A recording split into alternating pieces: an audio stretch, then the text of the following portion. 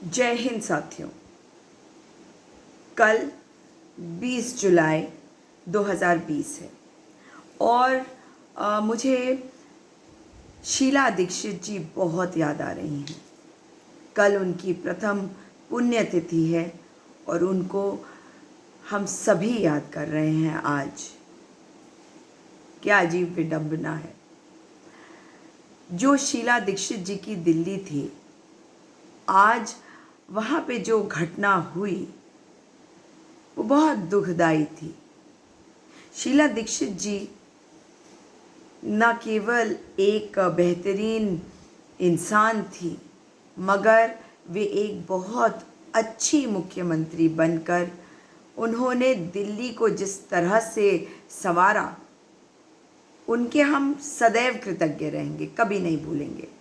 उनको नमन करते हुए उनका धन्यवाद करती हूँ कि हम उस ज़माने में रहे जिस ज़माने में हमारे बड़ों में शीला दीक्षित जी आती थी। आज इतना दुख हुआ देखकर। बारिश ने जो कहर बरपाया है दिल्ली में, और कमाल की बात है ना कि राजधानी है भारत की। कोरोना काल में ज़्यादा मूवमेंट नहीं है, तो बारिशों के पहले व्यवस्थाएं जो हैं ठीक करी जा सकती थी, परंतु व्यवस्थाएं ठीक नहीं करी गई। और जिस प्रकार से एक क्षेत्र में झुग्गियां जो हैं वो बह गईं, लोगों के घर उजड़ गए, उससे मेरे मन में फिर से एक बात आती है कि हमारे देश में, हम कल्याणकारी राज्य हैं, इसलिए आवश्यक है कि हमारे देश में हर व्यक्ति के लिए और ख़ास करके गरीबों के लिए सरकार व्यवस्थाओं को ठीक करे। हर व्यक्ति के पास एक घर होना चाहिए, क्योंकि अगर 2020 में किसी के पास घर नहीं है तो ये हमें अच्छी लाइट में नहीं दिखाता, आपको और मुझे भी। हम सरकार में बैठे हों या नहीं बैठे हों, लेकिन ये हमारी जिम्मेदारी भी है और हमारा कर्तव्य भी है कि हम अपनी सरकार से कहें कि जो हमारे गरीब बहनें हैं, गरीब भाई हैं, उनको रहने की उनके लिए व्यवस्था करें, उनको घर दें। रोटी, कपड़ा और मकान, ये तीन जो बेसिक चीज़ें हैं, ये हर व्यक्ति के पास होनी चाहिए। इसलिए इस बात को कह रही हूँ। आज दिल्ली में लोगों के घर उजड़ गए और साथ ही मिंटो ब्रिज के पास जो हादसा हुआ उसे देखकर शर्म से सर झुक गया। अरविंद केजरीवाल बहुत बड़ी बातें करते हैं, मगर आज एक ऑटो रिक्शा ड्राइवर की जिस प्रकार से मृत्यु हो गई, वो हम सब के लिए बहुत शर्मनाक है। मेरे उत्तराखंड राज्य के व्यक्ति बताए जा रहे थे, वो ऑटो ड्राइवर जिनकी मृत्यु हुई। वहाँ पे पानी भरा हुआ है, चारों तरफ पानी पानी पानी दिख रहा है। क्या व्यवस्थाओं को ठीक नहीं किया जाना चाहिए था? क्या व्यवस्थाओं को समय से नहीं ठीक करा जाना चाहिए था? एक तरफ ये हुआ, दूसरी तरफ आप जानते हैं कि राजस्थान में तो कहानी चल ही रही है और चलती ही चली जा रही है।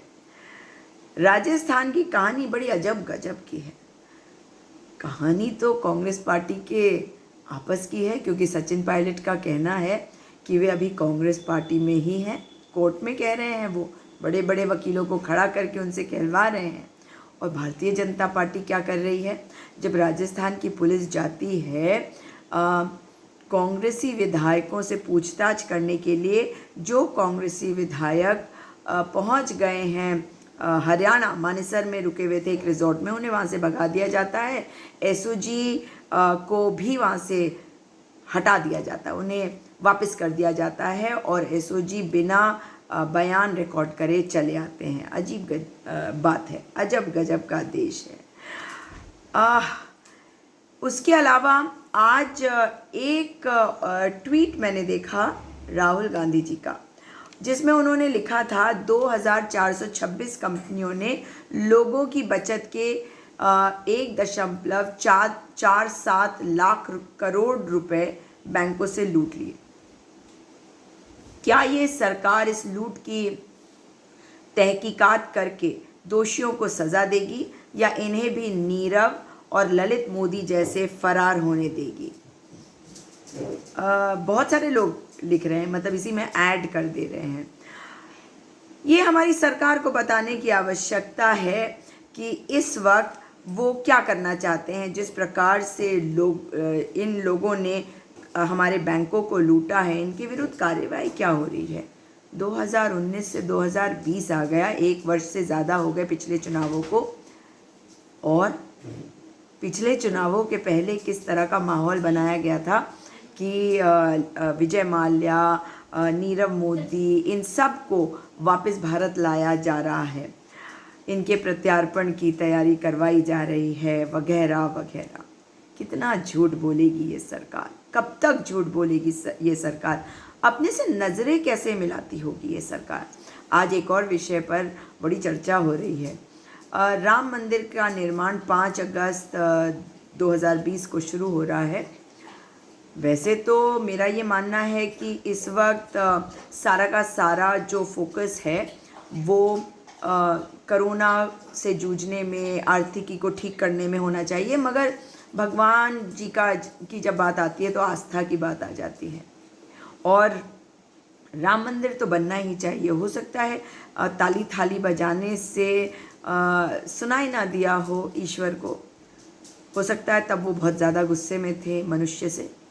हो सकता है कि राम मंदिर के निर्माण कार्य को शुरू करने से ईश्वर, क्योंकि पत्थर में भगवान होते हैं, अगर आप माने तो, न माने तो भगवान भी पत्थर होते हैं। इसलिए मेरा तो ईश्वर में अटल विश्वास है। और राम मंदिर निर्माण कार्य 5 अगस्त 2020 को शुरू हो रहा है। ठीक 1 वर्ष हो गए जब 370 जम्मू कश्मीर से हटाई गई। और शरद पवार जी ने शायद कह दिया कि क्या उससे कोरोना भाग जाएगा। हो सकता है कि कोरोना भाग जाए। मैं तो देखना चाहती हूँ कि ईश्वर कब हमसे उनकी नाराज़गी कम हो जाती है। आज जो पानी का कहर बरपा है दिल्ली में, उससे भी लगता है जैसे कि भगवान जी बहुत नाराज़ हैं हम लोगों से। हम लोगों ने पता नहीं ऐसा क्या किया है जिससे भगवान बहुत ही ज़्यादा नाराज़ हो गए हैं। मगर जो मुद्दे हैं, ये सारी बातें तो ठीक हैं, लेकिन जो मुद्दे हैं असली के, उन पर ध्यान रखना ज़रूरी है। कोविड के केसेस बहुत तेज़ी से बढ़ रहे हैं। पहले कहा जा रहा था, हमारे प्रधानमंत्री जी ने कहा था कि 18 दिन में महाभारत का युद्ध समाप्त हो गया। भक्तों, क्यों कहा था ना? फिर क्या कहा उन्होंने? कहा कि 21 दिन में संक्रमण का साइकिल टूट जाएगा और कोरोना भाग जाएगा, है ना।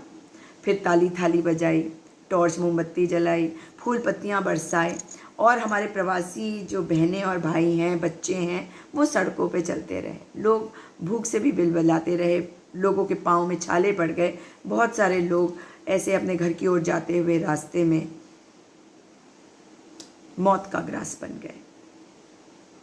मगर हम तो ताली थाली बजाएंगे क्योंकि कोरोना को भगाएंगे। मुझे याद है मैंने वो वाला इंसिडेंट, वो ट्वीट भी आपको याद होगा, जब प्रधानमंत्री जी ने कहा कि कुछ लोगों का कहना है कि वे खड़े होकर मेरे सम्मान में कुछ समय के लिए खड़े होंगे और शायद ताली भी बजाएंगे, ऐसा कुछ कहा था। हम तो बजाएंगे, प्रधानमंत्री जी बजाएंगे।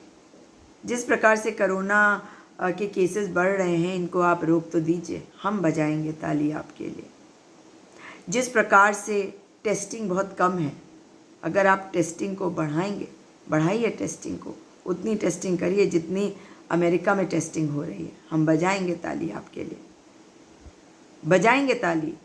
कांग्रेसी हूँ फिर भी बोल रही हूँ कि आपके लिए ताली बजाएंगे, क्योंकि अगर देश हित में काम करेंगे, देश के नागरिकों के भले के लिए करेंगे, तो अवश्य ताली बजाएंगे। और अगर संक्रमण के साइकिल को तोड़ नहीं पाए थे पहले, अब तोड़ दीजिए। ये कभी लॉकडाउन, कभी अनलॉक और कभी लॉकडाउन, ये जो कन्फ्यूजन क्रिएट हो रखा है ना, लोगों के अंदर डर बनाया जा रहा है, इसको ख़त्म करिए। ताली बजाएंगे, बजाएंगे ताली। ये जो आर्थिकी की इतनी बुरी हालत हो गई है, इसको ठीक करिए, ताली बजाएंगे। सैनिटाइज़र के दामों में जो आपने जीएसटी 18% की रखी है, इसको हटा दीजिए। कोरोना काल है, ताली बजाएंगे। पेट्रोल डीजल पर इतना टैक्स आप जो ले रहे हैं, उसे कम कर दीजिए, आपके लिए ताली बजाएंगे। पेट्रोल डीजल नेपाल और श्रीलंका में हमारे यहाँ से जाता है, हम 88 रुपये में बेचते हैं, वो हमसे कम पैसों में खरीदते होंगे ना। हम अपने देश में 88 रुपये में बेच रहे हैं, वो अपने देश में कोई 60 में बेच रहा है, कोई उससे भी कम में बेच रहा है। लेकिन जब वो हमसे खरीद कर आगे बेच रहे हैं और हमसे कम में बेच पा रहे हैं, यानी कि बहुत कम में खरीद रहे होंगे, तभी तो 60 रुपये के आसपास बेच पा रहे हैं। तो इसको कम कर दीजिए आप, ताली बजाएंगे, बजाएंगे ताली। चुनी हुई सरकार को गिराने की कोशिश को बंद कर दीजिए।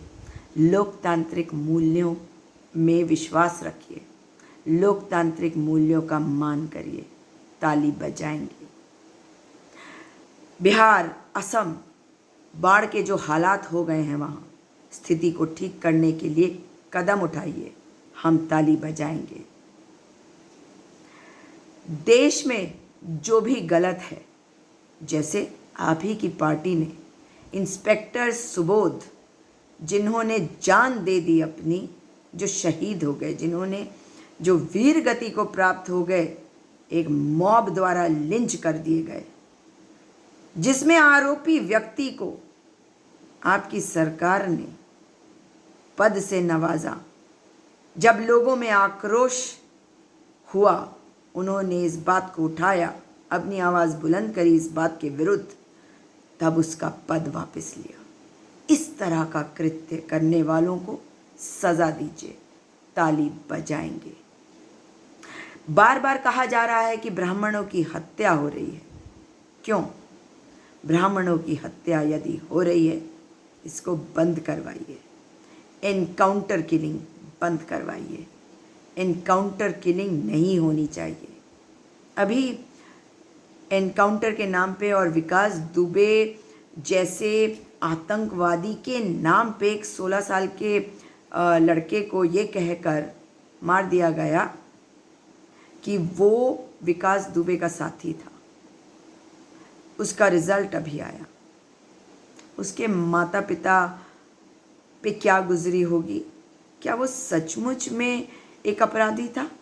अगर नहीं था, जांच करवाइए, और फेयर जांच कराइए। अगर वो अपराधी नहीं था, तो उन पुलिस वालों को सख्त से सख्त सज़ा दिलवाइए। ताली बजाऊंगी, बहुत ज़ोर से ताली बजाऊंगी। चीज़ों को ठीक करिए। और मुझे किसी ने ये भी कहा कि मंदिर में जो मूर्ति स्थापना है, मैं उसकी बात कर रही हूँ। मंदिर में जो अभी राम मंदिर बनने जा रहा है, उसका जो कार्य शुरू किया जा रहा है, उसके लिए किसी ने मुझे ये कहा कि ये कार्य जो है, ये ब्राह्मण के हाथों होना चाहिए। अगर ये ब्राह्मण के हाथों होना चाहिए, तो क्या ये ब्राह्मण के हाथों होगा या किसी ठाकुर के हाथ होगा? आप तो सिस्टम्स को मानते हैं, है ना? आप मंदिर बनवा रहे हैं, ये आस्था की बात है। ये हर भारत के हर व्यक्ति की आस्था की बात है। इनफैक्ट मैं तो ये कहूँगी कि किसी भी धर्म का क्यों ना हो, मैंने नहीं सुना आज तक किसी को ये कहते हुए कि इसके विरुद्ध कुछ भी कहते हुए। इसलिए ये आस्था की बात है, तो ये भी पता चले देशवासियों को कि शंकु स्थापना मंदिर के लिए जो करी जाती है, वो कहा जा रहा है ब्राह्मण द्वारा करी जाएगी। तो इसकी भी क्लैरिटी करवा दीजिए कि ये कौन करेगा? ब्राह्मण ही करेंगे ना? बहुत सारे सवाल तो हैं, लेकिन इतने पे रुक जाती हूँ। उम्मीद कर रही हूँ कुछ के जवाब कहीं ना कहीं मिलेंगे। साथियों, आप भी अपनी आवाज़ को बुलंद करिए और हमेशा याद रखिए कि देश हमारी माँ है और देश हित में अगर आपको अपनी आवाज़ बुलंद करनी पड़े, सरकार से सवाल करना पड़े, तो आपको करना चाहिए। हम अपने देश को बेहतर तभी बना सकते हैं जब हम सकारात्मक रूप से अपनी सरकार को सुझाव दें। जब वो गलत करे तो उनसे सवाल करें, उन पर दबाव डालें ताकि वो सही कार्य को करें। दोबारा आपसे मुलाकात होगी, तब तक के लिए जय हिंद।